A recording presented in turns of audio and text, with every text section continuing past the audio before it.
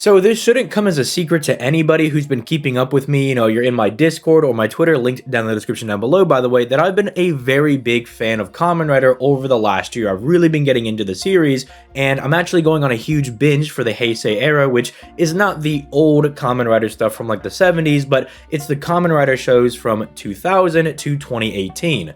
Or I guess like 2019 to 2020, I guess, because Zeo kind of ran into 2019, but you get the general gist. It's kind of like the new age Kamen Rider stuff, and I really wanted to go through while I'm going through this binge, and I want to do a video for each Kamen Rider protagonist, and I was like, man, that's gonna be like 20 straight weeks of Kamen Rider content. I should probably make at least some warning for people on this channel that, hey, for a little bit, for like half a year, we're gonna deviate on a random path. Probably we'll throw some other like versus battles in there, like kind of as I'm going through some of the things, because some series are a little bit longer than others. But I was like, what would be a better way for me to do this than to kind of introduce everybody into the series, right? And kind of give them an introductory discussion video on who the strongest rider is. Because if you're just here on the channel for like the times that I talk about really OP characters, like when we talked about someone like say Sinbad or Gilgamesh or someone like Yuha, if you're just here for like the really OP characters, then you're gonna enjoy the next like 20-ish 6 months on the channel, where we're just like predominantly talking about all of these Kamen Rider characters and sprinkling in some of those versus battles in here occasionally, because all of these guys are like really broken. They're very OP dudes with like just a myriad of the most random abilities. And again, I figure this is a really good way to kind of generate some interest in this, kind of talking about some of the lore and where you guys could kind of expect us to be kind of going when talking about all of these Rider series. I'm going to bring up a couple of Kamen Riders here. We're going to be working from kind of like the beginning towards the end of the Rider series, right? Starting off, talking about Koga, like the first Rider for the Heisei era, then talking about Deno, because I think he actually is a legitimate contender, then Gaim, Decay and Zeo, and then we'll finish off this video with Saber and Revice, because they're actually part of the current era of Rider, the Reiwa era. And those dudes are looking like they're going to be really OP, but we're only like 4 shows into that era, and if Heisei's anything to go off of, that was like 20 shows. So buckle in, it's going to be a nice little discussion video. Again, if you have no interest in Rider, got some very bad news that we're going to be talking about this for quite a bit over here. Again, you'll still get like the occasional like Natsu versus Ichigo video, or maybe I'll talk about like One Piece occasionally. Maybe I'll get around to doing that. But yeah, I hope you guys enjoyed this discussion on me kind of speculating on who the strongest Kamen Rider is, because you could really argue like any of the people that I just mentioned could be the strongest Rider, because it is really just all over the place. But let's go ahead and start talking about the video, starting off with Kamen Rider Koga. So Koga's really only in contention because, one, he's like the first Rider for the Heisei era, so like obviously they try to make him look pretty strong whenever he does appear, but he actually has very rare appearances also for kind of that reason. There's a narrative reason for it, right? Koga's like final form, his actually literally called Koga Ultimate, is supposed to be this thing that he really doesn't break out all that often, and like it's supposed to be this like huge final form that you never really use all that often. So when it does come out, it's actually a big deal. For instance, one of the other characters that I mentioned that's going to be in contention for this video, Decay, he broke it out specifically to fight him, but he's not like breaking it out all the time. One of the other reasons that I think it's kind of hard to say though that Koga still holds up after the Heisei era has ended is that there is this movie called Heisei Generations Forever, where they bring all the riders together, and the main villain is using Koga's power, and he's actually using Koga Ultimate's power, and they all beat him in their base forms. So that's not to say that like they're all just going to be able to one-shot Koga in his ultimate form, because Koga's also one of the people that does one-shot him. Maybe you could say it's like base Koga surpassing his ultimate form, but it's just not like a really good look. I understand they wanted to use Koga Ultimate because it's like, oh, it's supposed to be a big deal, but it's one of those things, right? Like, let's say if you're watching like Bleach or Naruto and you have one of those side characters that's always implied to be really strong, but they don't really do anything, then it's kind of hard to really take them seriously as being like top 10 in the verse or something along those lines. It's one of those ideas of he should really be strong and everybody would really think he's pretty strong, but he just doesn't have the insane feats to really keep up with some of the other people on this list, save for maybe the next person that we're going to talk about, Deno.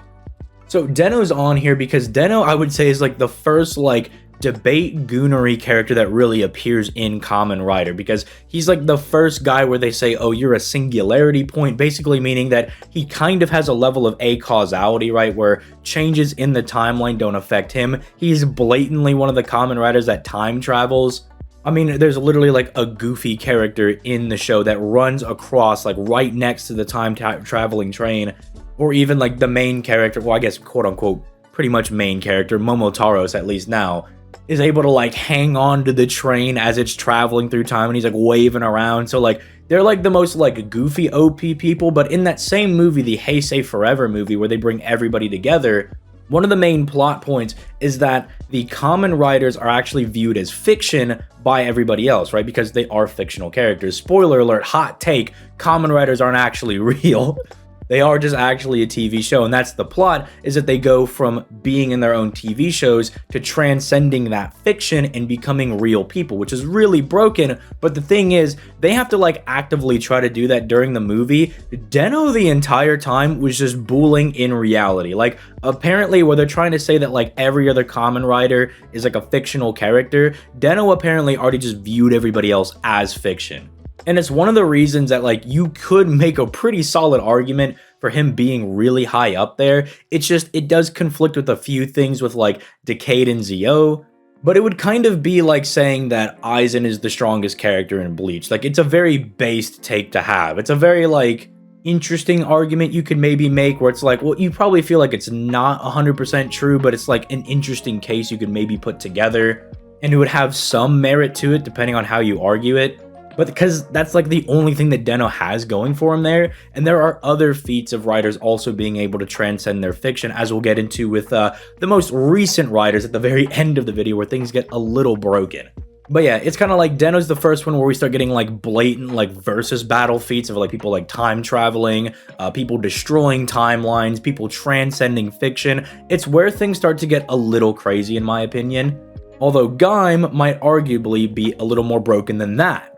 And there's really no easy way to say this, but Gaim is literally just God in the Kamen Rider verse, in like pretty much the most literal sense of the word. He is like a man that eats the literal like fruit from Genesis, like the biblical fruit, and becomes the man of beginning, or just God. Like even when he appears in crossovers, people refer to him as God. In fact, there's like funny scenes where say Kamen Rider Drive, who go figure is all about like cars and stuff, is questioning like, so God just doesn't wear a seatbelt. Like they blatantly refer to him as God. Even the like supreme king of the Kamen Riders, like of all Kamen Riders, Zeo, still refers to him as God. He's like, huh, yeah, I just went over to this dimension and I met God. Now, here's the only thing that's a little weird about Gaim. So Gaim, they obviously respect a lot in series as being this literal deity character.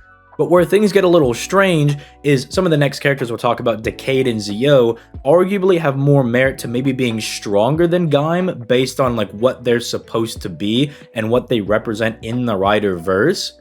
And there's also this very odd bit where in the story of Zeo, where like all the timelines and everything are kind of getting rewritten and erased so that Zeo can become the king of the Riders, Gaim as God gets erased, but it was actually confirmed by the writer on Twitter that the reason Gaim got erased is because he allowed himself to be erased because he had faith that Zeo would become like this all-powerful king person. So it's like Gaim's probably not as strong as like the next two guys in their like full power forms, but he would probably still be respected in like a versus matchup against them. Like if they were to bring him into a special, for instance, they would probably have him do pretty well. It's just very odd because everything that happens post Gaim, like, because he's series 15, so any specials and crossovers that he has, he always shows up, like, pretty much only ever uses his base form, and then it's just kind of like bulling around. Like, he's literally just chilling most of the time.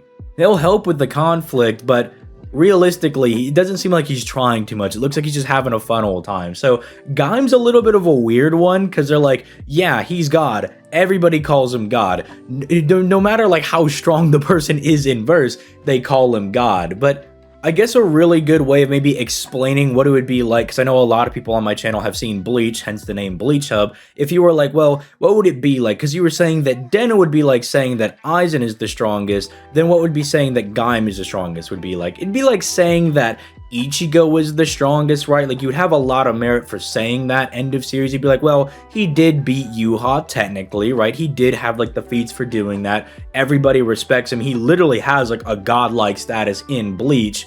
You know, with Shunsui being like, oh, this guy can't even return to the world of the living. He's gonna be way too dang strong. The fact that, you know, he has like the passive spiritual pressure Riz that comes off of him, it's kind of like the same thing. But in the back of your head, you would still be like, well, there should still technically be characters stronger than Ichigo, because did Ichigo really like beat Yuha, or was it like special conditions allowed him to be that strong, right? Same thing for Gaim potentially being the strongest. It's like, you could definitely argue it, but the next two guys probably have like one of the stronger claims for being the strongest rider, but they also have the most convoluted. And that's because Zeo and Decay are kind of like two sides of the same coin. You have Zeo, who is destined to become Oma Zeo, the grand overlord of the multiverse. The person who is supposed to be able to use all Kamen Rider abilities and is supposed to rule over the multiverse, over all Kamen Riders, basically is like built up to be the strongest person in the verse. But then you have Decay, who is supposed to be the person that kills all the Kamen Riders and kind of like restores the multiverse, right? And here's the weird thing, right? Even though Zeo still has, like, say, Decay's abilities, he gets the Decayed Ride Watch in his series, Decay can also use Zeo's abilities conversely, right? In fact, for the series of Zeo, someone using a fraction of Decay's power is the final villain for Zeo, which narratively makes a bit of sense, right? It's kind of like them passing on the torch. You know, Decay was like the first like big anniversary rider, and then Zeo is the second, right? It's the 10th anniversary rider kind of passing the stick on to the 20th. They were like, okay, let's show the 20th anniversary rider kind of beating this guy over here. But the strange thing is that we got like 50 specials after that where Decay's like, oh, that wasn't even like me at full power, and not even close. That was my base form. I actually got this insane new base form where I can use Kamen Rider powers that I shouldn't even be able to use. You know, Decay being able to use stuff like the 0-1 abilities because they come from the Reiwa era. They're the next era of riders. And that's where things start to look a little bit weird for Zeo, because Zeo is pretty much limited to only having Heisei rider powers. So it's like, is Zeo like the strongest Heisei rider, but then Decay is going to become the strongest rider because he can use powers outside of his own era, right? Is it going to be one of those things that like in 5 years Decay's going to surpass Zeo, or maybe he's already surpassed Zeo? It's very strange right now, because the series of Zeo kind of ended on like a pretty consistent note. It ended fine, you could make some sense of it. But the problem is that we got a special afterwards that kind of throws all this stuff out of whack. Like, Decay gets this insane final form that means that he was pretty much smurfing during the entirety of Zeo. But then he gets, like, washed by this basically child Oma Zeo. So, like, Oma Zeo, who's supposed to rule the multiverse, but used so much power that he reverted to being a child. That guy beats Decay in his new super form. And then our Zeo, who has like forgotten all of his memories and everything, uses Decay's power plus the Saber Ride Watch, the guy that we're going to talk about right after this, and he's able to beat his older, technically younger self, because again, he regressed to being a child. Like, the scaling for it is very, very whack, because it seems like they really want to intentionally keep it vague on who's stronger between Decay and Zeo, because if you look at it at face value, it's like the king of the riders versus the killer of all riders. You would assume the killer of all riders is stronger, right? You would assume Decay. But they really push for Zeo being super strong, but they also don't want to embarrass Decay, so they give him like all these weird fights and all these weird nerfs, like he's always at half power, or he completely loses all of his rider power, like he just completely loses every ability and is still kind of able to fight a little bit. It's very, very strange. So I think you could have the debate of like, is Decay or Zeo stronger all day long, right? Because you could be like, well, Zeo used Decay's power to beat Oma Zeo, but that Oma Zeo was so weak that he became a child. But this Soga, or this Zeo, the one that we're using, isn't really that insane yet, because he had like all of his memories wiped and everything, so maybe he's like not that impressive. But then again, it is the Decayed Ride Watch, and you could balance it around and maybe say, well, maybe it's because he was able to use the Saber Ride Watch, which for whatever reason, they had Decay unable to use, even though he can already use Kamen Rider abilities from that era. Yeah, look, all I'm saying is that Kamen Rider stuff tends to get a bit more complex. And so if you're like, I'm sorry if you're one of the guys that's normally here when I talk about like Magi or Fate or Bleach, and you're like, dude, this is getting way out of hand. I'm sorry, when you have a series that's been running on for this long, things tend to get a little complicated, but I promise the Zeo Decay thing is more like one of the most complicated things. That's like the masterclass thing. Maybe trying to understand the actual plot of Deno is a little bit harder because of all the time travel shenanigans, but trust me, those are like the two complex ones. Most of them are like, dude, there's some fruit.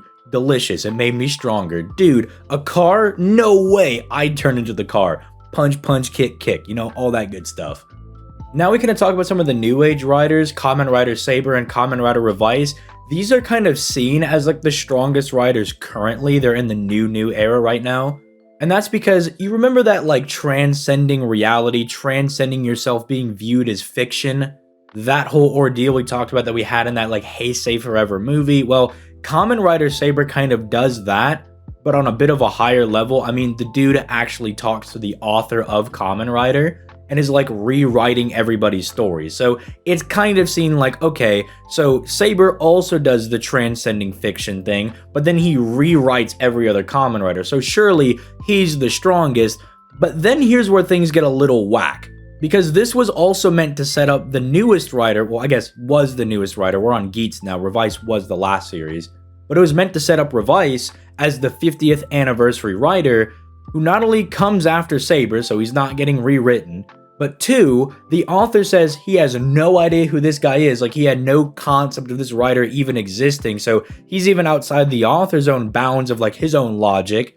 But then there's a guy inside of Revice named George. I am not kidding. His name is literally George, who knows about every single writer ever. Like, he is literally an in-series writer fanboy who's like a giga like science prodigy man. And he designs Revice to be the ultimate writer. So you could say that Revice is the strongest person because he doesn't happen before Saber rewrites everybody. He happens after. Even the author has no idea who this guy is. So he's like the same level of like fictional transcendence. And then the guy in the series who makes the suit is like, yeah, I know about every single Kamen Rider. I'm the biggest Rider fanboy. Plus, I'm a super genius. By the way, I made the ultimate Rider suit and I'm giving it to Revice. So, for all intents and purposes, you could say that Revice is the strongest Rider. I don't know if I'd be that mad about it because he is the 50th anniversary, like Kamen Rider person. He's supposed to be kind of a big deal.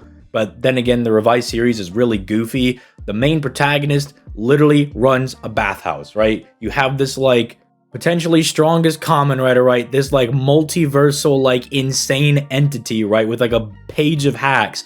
And in his pastime, my boy is literally just out here running a bathhouse, which is probably the funniest thing about every Kamen Rider series. As we're kind of getting into closing over here, like Koga, the guy that's God, just likes to break dance and he likes to sell fruit. My man Decayed just wants to take pictures. Sogo can't even pass a basic math test, bro. Like, some of these people are absolutely hilarious. It's really ironic. They're kind of like superheroes in a way. If you like Marvel and DC, you would probably enjoy some Kamen Rider stuff, because a lot of them have more of like a Spider-Man-y feel to them, right? Where they're trying to conceal their identity, but they're trying to be like a hero during the day and everything, trying to genuinely help people. And if you're curious because of like this video and you're like, man, this kind of sounded interesting or just all over the place, I want to give this a shot.